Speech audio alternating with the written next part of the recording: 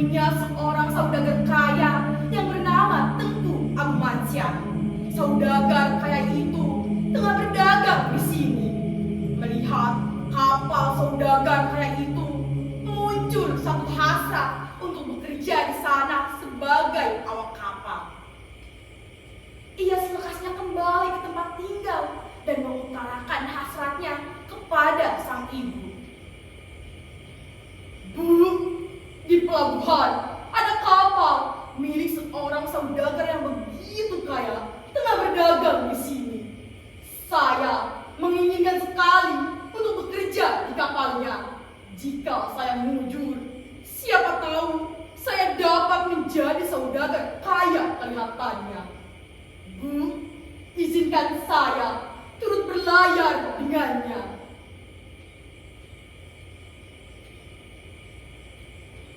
Tidak, Nak. Kau tidak boleh turut berlayar bersamanya. Tapi kenapa, Bu? Lewat cara saya bekerja di kapal itu, saya bisa membantu Ibu untuk memenuhi semua kebutuhan kita. Terlebih, jika suatu kelak saya dapat menjadi saudagar kaya, kehidupan kita bakal beralih, Bu. Tidak, Nak. Ibu begitu takut. Jika kau telah menjadi saudagar kaya, kau akan melupakan ibumu yang miskin ini. Aku bosan miskin, Bu. Sabar, Nak. Sabar untuk apa? Kebahagiaan. Saya bosan miskin. Saya harus pergi. Tetaplah di sini, Nak. Dan awang selalu saja merengek supaya diperbolehkan untuk pergi berlayar. Pada akhirnya, dengan berat hati, sang ibu pun mengalah. Sang ibu mengizinkan Dampu Awang untuk turut berlayar bersama saudagar kaya itu. Namun, sang ibu memohon kepada Dampu Awang untuk berjanji agar senantiasa selalu memberi berita. Sebelumnya pergi, sang ibu menitipkan burung paling disayangi milik ayahnya.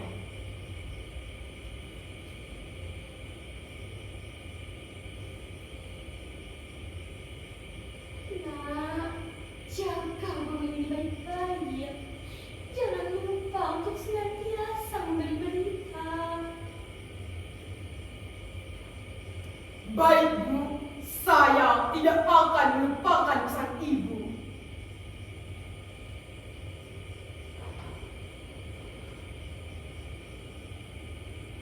Sang ibu juga menangis dan memeluk anaknya dengan begitu erat. Dampu Awang segera naik kapal dan bersiap berlayar ke Malaka. Sepanjang di kapal, Dampu Awang dikenal sebagai pekerja yang begitu rajin. Ia senantiasa menjalankan perintah majikannya dengan begitu baik. Saudagar Tengku Agumansyah sangat senang melihat semangat yang dimiliki oleh Dampu Awang. Suatu hari, Dampu Awang dipanggil oleh tuannya. Ampun, Tuan. Ada keperluan apa Tuan memanggil saya? Begini, Dampu Awang, saya lihat pekerjaan kau sangat baik sekali. Senantiasa kau tunjukkan rasa hormatmu. Saya menginginkan sekali menjodohkan dirimu dengan putri saya, Siti Nurhasana. Bagaimana? Apa kau mau menikah dengannya? Sudah pasti, Tuan. Saya bersedia. Dampu Awang begitu terkejut mendengar apa yang dikatakan oleh tuannya. Tentu saja ia menyukainya. Pada akhirnya pernikahan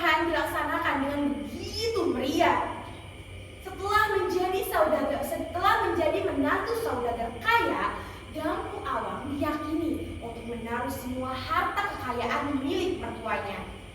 Setelah mereka menikah, mertuanya Dampu Awang, yakni saudagar Tengku Abu Masyah, jatuh sakit dan meninggal dunia. Dampu Awanglah yang menggantikan posisi bapak mertuanya itu.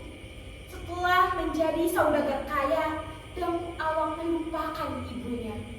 Ia tak pernah lagi memberi berita dan terlena akan kekayaan. Suatu hari, Dampu Awang beserta istrinya pergi berlayar ke lokasi pantai Banten. Tibalah mereka di daerah rumah Dampu Awang.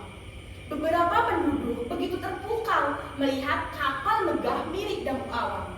Beberapa masyarakat juga beramai-ramai datang ke pelabuhan untuk melihat kapal monitor yang begitu elegan itu. Berita mengenai berlabuhnya kapal monitor yang begitu elegan terdengar oleh ibu Dampu Awang.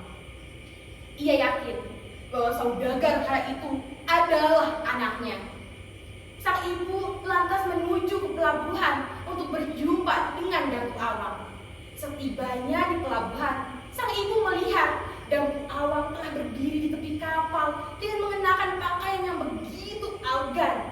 Di luar itu, sang ibu juga melihat seorang wanita cantik tengah berdiri di sebelah anaknya.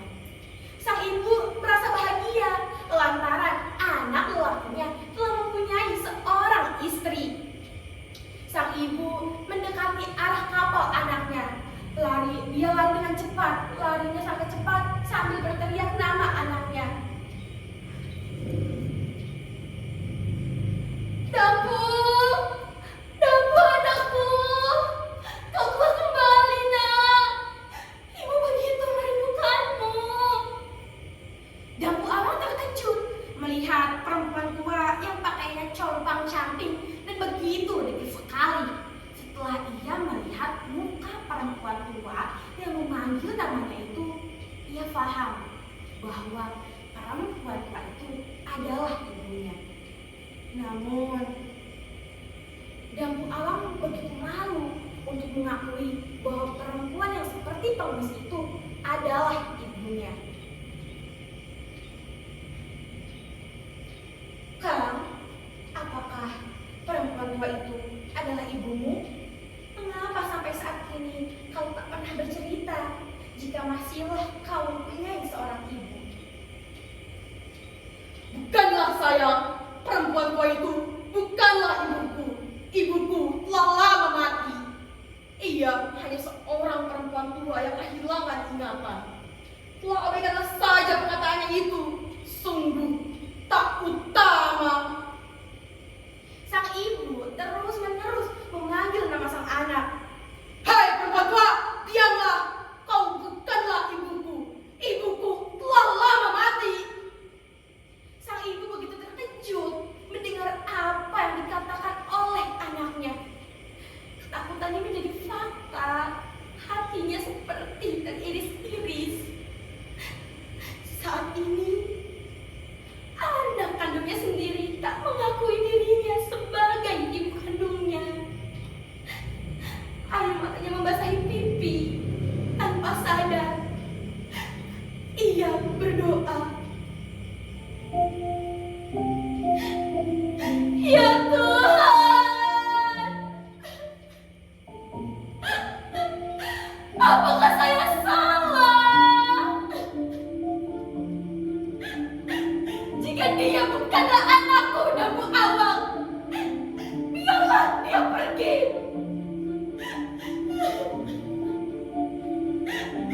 Namun, jika dia adalah anakku, Dampu Awang, tolong berikanlah hukuman yang setimpal padanya.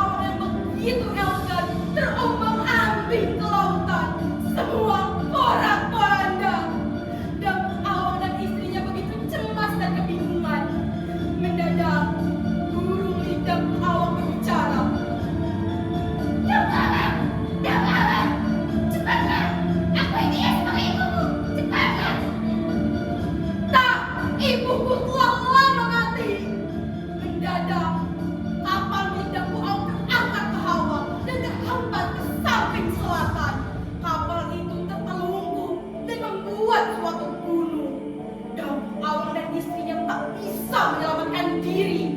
Kemudian